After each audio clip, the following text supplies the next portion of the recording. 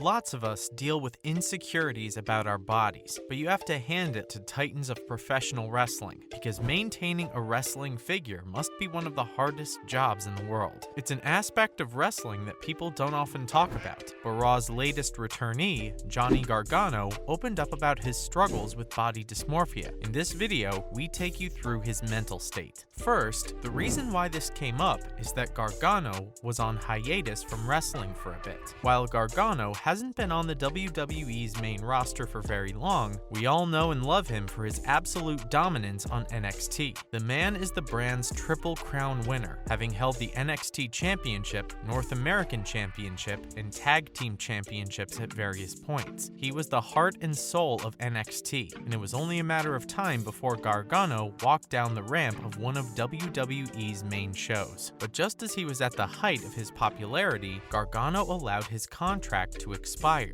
Unlike a lot of NXT stars who left the company recently, he voluntarily declined to renew his contract because his first son, Quill, was about to be born. Wrestlers often take breaks in their career to be with their newborn children, so this was nothing out of the ordinary. When you're off the job, you don't want to think about doing any more work. Gargano was in a similar frame of mind, while also busy being a new dad. So when he was preparing to return to the ring on the 22nd of August episode of Raw, he had to get himself back into fighting form. We'll now take a look at Gargano's social media posts, where he opens up about his figure. Posting some before and after shots on Instagram, Gargano decided to have a chat with his followers about what it's like to have to go from a dad bod to a god bod. He starts his caption by saying that posting the images made him nervous because he'd been dealing with body dysmorphia his whole life. Apparently, he was a chubby kid, and he understands if you can't believe that because look at him. While we'd love to have a six-pack of abs like Gargano, he himself isn't entirely happy with his body yet. But in sharing the images with the public, he hopes that he can find in the WWE universe the confidence to accept himself as he is, and maybe help others find acceptance for themselves. On hiatus, Gargano wanted to turn off the wrestling part of his life completely. No training, diets, or anything that had to do with the business. That did wonders for his mental health, and we wouldn't call his body unfit either. There's a pressure in wrestling to look like Zeus in the ring. He also opened up about how hard it was to have spent 18 years of his career tightly controlling his diet. At a certain point, dieting had become a chore for him, and his inner fat kid wanted to eat just once without counting macros or planning a cheat day. Even if doing that would have made him feel guilty, it would have been different. All that being said, there's a part of him that did miss the training. As much as he looked forward to eating without being judged for his paunch as his break went on from December to April, it's not that he didn't enjoy being fit at all. He kept training throughout the break, but with less intensity and planning. Eventually, he missed the focus of maintaining his body and, of course, being hot. In April, he decided to get back into wrestling form.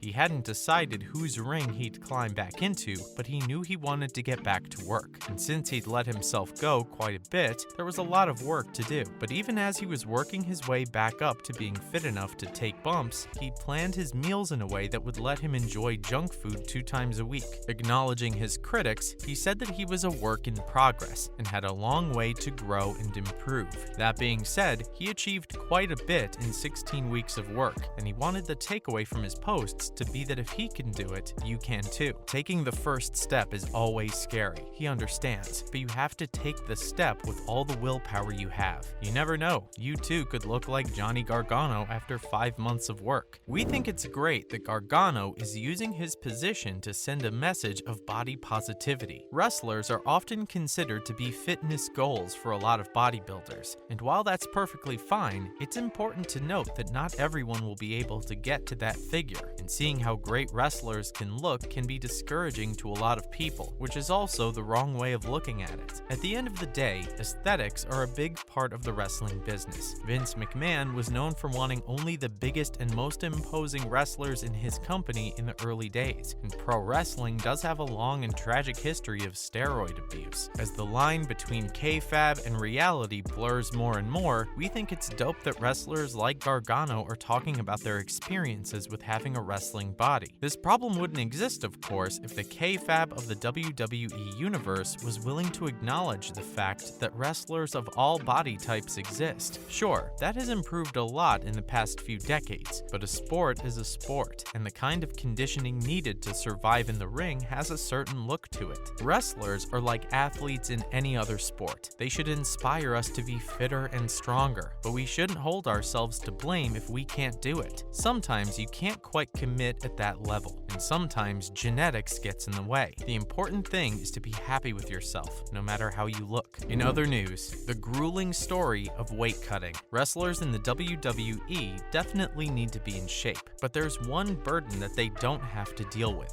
making weight. That's because as long as the matches are same-gendered, pro wrestling will pit anyone against anyone. It's all scripted anyway, right? Combat sport athletes in other fields, like tourney wrestling, boxing, and mixed martial arts, have to deal with the day-in and day-out struggle of cutting weight. Basically, these sports have rigidly defined weight categories, like the heavyweight category that used to be on a WWE belt for some reason. In order to compete in a match for any weight class, you better make the right weight when you weigh in. The safer and healthier option would be to have a routine and discipline that keeps you in the class, but that can get hard. What a lot of athletes do instead is to embark on a grueling routine of quickly losing weight shortly before the weigh-in. There are ways of doing this without doing short-term damage to your body, but this does take its toll on athletes in the long run. There's a movement to push sporting leagues to kill weight cutting through regulations, and we hope they can make progress. Sports are great, but they're not worth endangering yourself. Up next, are there any more returns planned at the WWE? In just the past few months, the WWE saw the return of Braun Strowman, Karrion Kross, and of course, Johnny Gargano. This is all being called the Triple H effect, since the flood of returning fan favorites started when he took charge just before SummerSlam. The stream of returning stars might start to slow down a bit. Wrestling Observer's Dave Meltzer wrote that the WWE is planning more returns, but these aren't confirmed and in the pipeline for now. Rumors of Bray Wyatt's return were pretty strong,